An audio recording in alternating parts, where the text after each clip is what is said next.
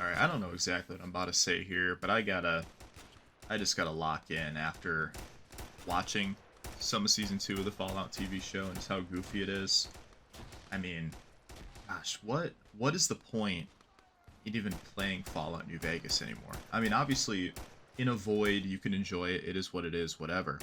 But when the showrunners come out, they say Fallout TV show is essentially Fallout 5, and this is going to be canon moving forward. It just comes off as weird. It comes off as, we're going back to a blank slate. Everything we did when we played Fallout New Vegas was essentially for nothing, I feel like. Maybe even Fallout 1 and 2 as well. We're not even going to get into all of like the lore inconsistencies. I could speak about that for an hour and a half, but just the fact that we're jumping back into this world that has a bunch of established lore, it's the main setting for one of the games. You've got factions that go all the way back essentially to the first and second game. A lot of them were cut factions for the original Fallout 3. Like, there's a lot of lore at play here. And somehow we're now to the point where all these big factions are in complete disarray. I mean, at this point in the TV show, Caesar's Legion and the Brotherhood of Steel are both locked in a civil war, which, and the stakes are just goofy. I mean, the whole Caesar's Legion thing is just really silly, in my opinion. The Brotherhood of Steel thing's kind of silly, too. I mean, you've got the West Coast, where it was initially founded, and all these blimps, they go out east, and some of them crash, and they establish all these chapters. Now there's, like, some 40 chapters, it appears, from all the different states, and the national parks and cities. Like, gosh, there's... Oh, hang on, we got a cat. But for there to be this many chapters of the Brotherhood of Steel, and they all do things differently, and, they come together at Area 51 and they all meet, it just comes off as goofy. And now the Commonwealth, like, runs all of it, and if these chapters step on a line, then the Commonwealth is going to come teach you a lesson. You don't mess with the Commonwealth, Brotherhood of Steel. But then, like, the whole Caesar's Legion thing, his body's in the middle of both camps, and there's two Caesars, or Kaisers, however you want to pronounce it, and none of them thought to take a look at the note on his body. Like, how did these two leaders even know that they would be the runner-ups without checking his body? None of it makes sense. There's a lot of inconsistencies when it comes to this plot. There's just so many inconsistencies. Oh my gosh. Stop! Stop it! There's just so many inconsistencies when it comes to the whole situation. It doesn't make any sense, really, when you think about it for more than 5 seconds. And that goes for a lot of stuff in the TV show. Then you get to actual New Vegas, and not only is the strip abandoned, but now there's Deathclaws roaming around inside. There's nobody to be seen anywhere. Apparently Freeside's still okay. But then you got the Kings, who everybody sees as like this goofy, wacky, zany faction, because that's what Fallout is these days. And Lucy McLean, the golden child of Fallout now, and then John Fallout the Ghoul come in, and they just eliminate most of the King faction. Apparently there's still some hanging around somewhere, but, they killed probably 8 or 10 of them, and then Lucy puts one right in the back of the head of the King himself.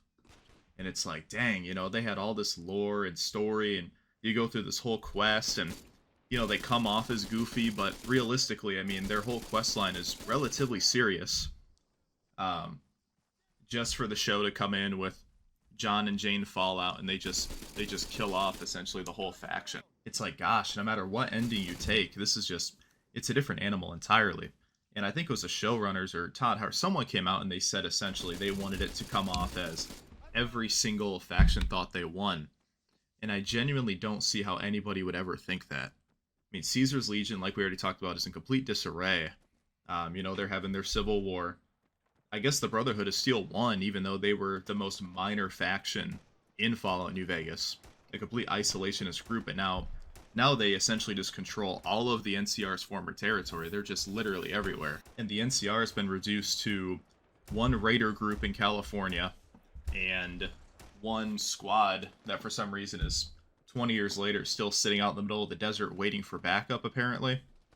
Like, come on, guys. It harkens back to that story about the Japanese military in World War II, and they found these guys on the Philippines in the 1970s. And it's like, gosh, I mean, these guys are really going to sit out here for, 20 years, something like that, whenever the show takes place. And it seems like they understand that Shady Sands has been destroyed, and that you would think help's not coming, but they're just hanging out, just fighting the good fight, and that's all there is. It comes off as so weird. The whole show, the lore, it's so weird. It's inconsistent. None of it really makes sense when it comes to the game. And if you go back and you play the game, you're like, gosh, they just destroyed all of this stuff, and it's like, what was the point in playing? They really went back and they just essentially made a clean slate so they could play around with it. They took everything from New Vegas. They said, hey, this is all familiar. People are gonna go nuts when they see this stuff in the show. We're gonna take out any substance. We're gonna get rid of all that substance and all the story and the interesting lore, and we're just gonna destroy it so we can make essentially a playground for our two big characters. And it just comes off as so goofy. And I get it, it's just a video game, it's not a big deal. But at the end of the day, these games are a bit of an escape. I go to work every single day. So you come home, you just want to like enjoy your favorite outlet, say it's, playing games or watching TV or reading a book, whatever it is, and you get invested in these games that you play. And Bethesda comes out and they essentially just destroy all the lore that's been built up over multiple games. I mean, Shady Sands dates back to Fallout 1. It's the first settlement you come across. And it's essentially, the NCR is essentially just an afterthought. And all of Season 1 takes place in what should be NCR territory.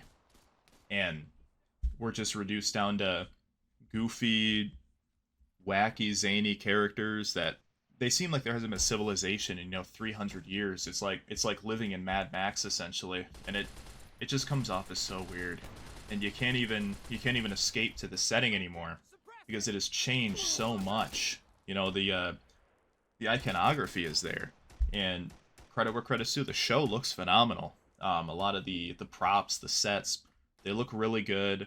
Sure, they turned the dinosaur around, whatever. The stuff looks really good.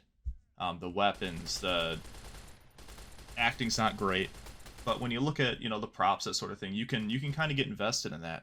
And if they just took a serious go at it and they didn't make it just like this weird millennial Marvel Cinematic Universe Force Awakens comedy, they really could have done something with this. If they would have kept it grounded, kept it neat, made it make sense, it would have been so much more interesting than just making this millennial humor, goofy, wacky, zany, whatever they're trying to do. Because these days, nothing can be serious. Everything has to be Borderlands, essentially. And it's just disappointing. Like, this is a series that I've been playing for over 10 years at this point. And I'm like, gosh, it could have come a long way at this point. We could have had multiple games out in this span of time since, Fallout 4 and 76, but Bethesda just does whatever they want. They focus on one game for a decade, and this series ultimately going to die at some point, or it's just going to be remembered for the TV show by the mainstream audience because we're not getting regular games.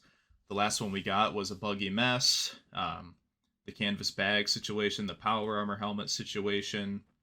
I mean, there's so many issues with that game. Fallout has fallen a long way.